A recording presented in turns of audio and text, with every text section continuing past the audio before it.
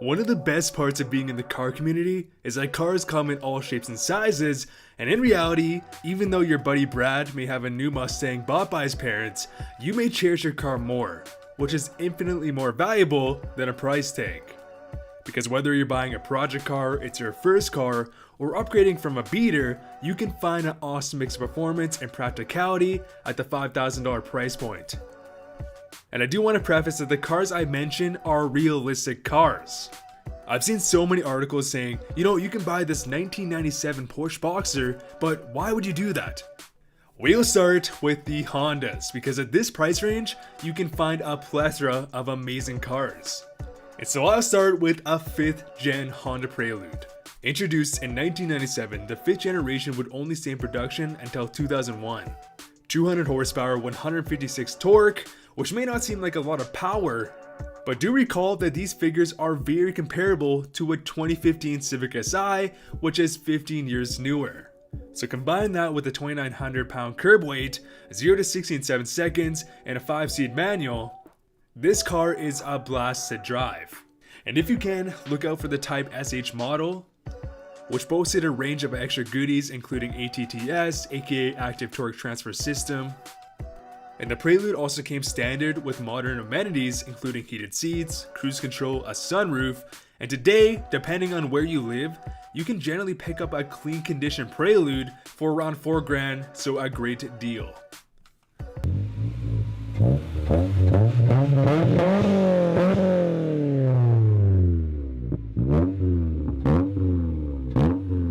Next, we have another Honda, which is the RSX Type S. And this car is not only an absolute blast to drive, but depending on the mileage and condition, I've been seeing the price on these guys go up. And just like the Prelude, the RSX had a 2-liter 200 horsepower engine that produced 142 torque. It had a newly introduced 6-speed transmission and could go 0 to 60 in a very impressive 6.7 seconds. Now, if you can't find a Type S in your area, you can get a base model RSX, but it does have significantly less power with only 155 horsepower. Still a fantastic car, but the Type S has some pretty big benefits.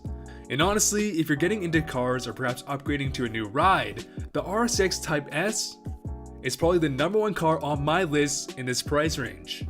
I came very close to buying a very clean model about 4 years ago. I hummed and hawed, I let it go, and it is a car that I always wished I owned.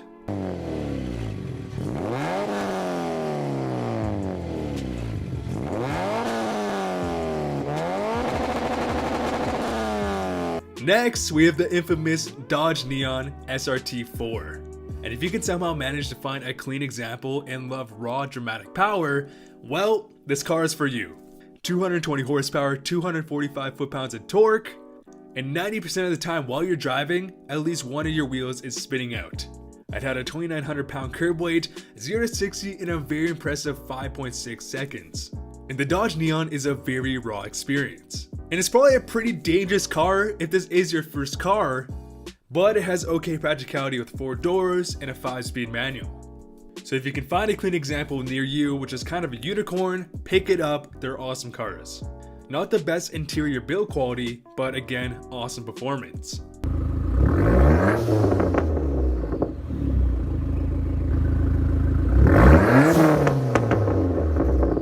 Next, we have the Mark IV GTI. And if you want something that has tuning upside and practicality, and realistically a car your girlfriend will like, the GTI is the car. As it is definitely the most comfortable ride on this list and is a blast to drive. 180 horsepower, 173 torque paired with a 5-speed manual. A 2,900 pound curb weight and 0 to 60 in 7 seconds. And the Mark IV may not be the most sought upon generation, but it is still a great car. Combined with a hatchback that really boosts practicality, and this same argument minus the hatch can also be applied to the 1.8T Jetta, which is also a great option.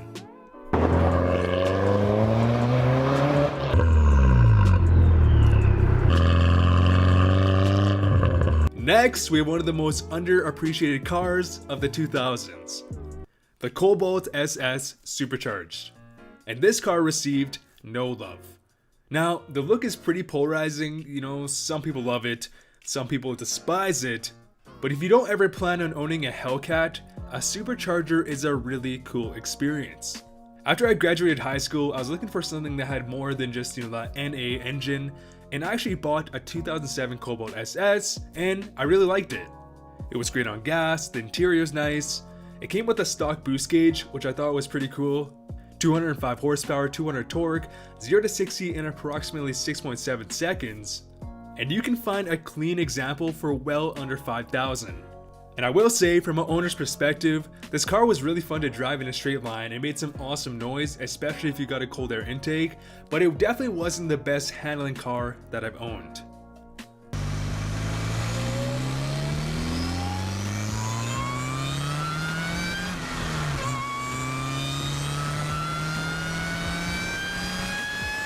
Next, we have a 4th generation Mustang GT. More specifically, the 1994 to 1998 model.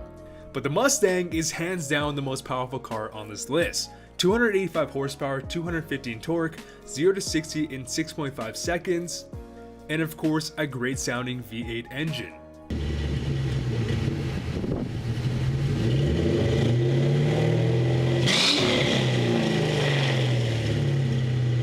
Now, if you need a 4-door or this is the only car and it snows where you live, I don't recommend it. But if you live in a warm climate and want that V8 experience, the Mustang GT is the perfect car for you, as it's a blast to drive and again makes some awesome noise.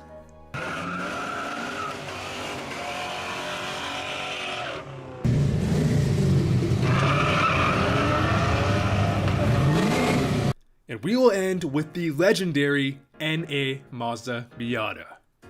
Now, over the past decade, these cars have been getting more and more sought upon, as they are quite literally one of the best handling cars in history. And they're also how many people, especially on YouTube, have gotten into drifting.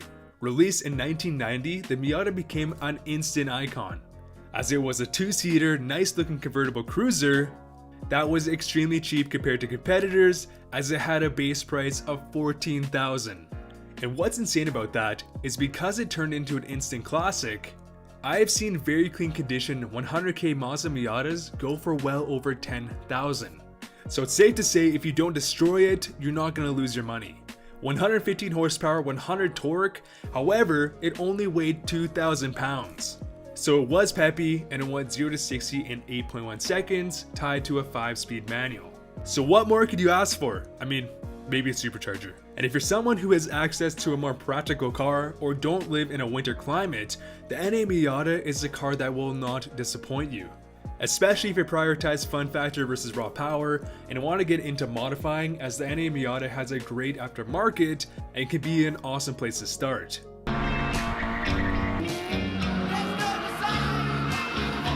But anyways guys, what other cars can you name that cost $5,000 or less? And of course, depending on where you live, prices may vary, but the $5,000 price range can still bring you some awesome cars. But anyways, thank you guys so much for watching. Press subscribe if you aren't already. I do plan on making more of these type of list videos. The channel has been kind of dormant for a while, so this is my return. Anyways, comment down below, press like, subscribe.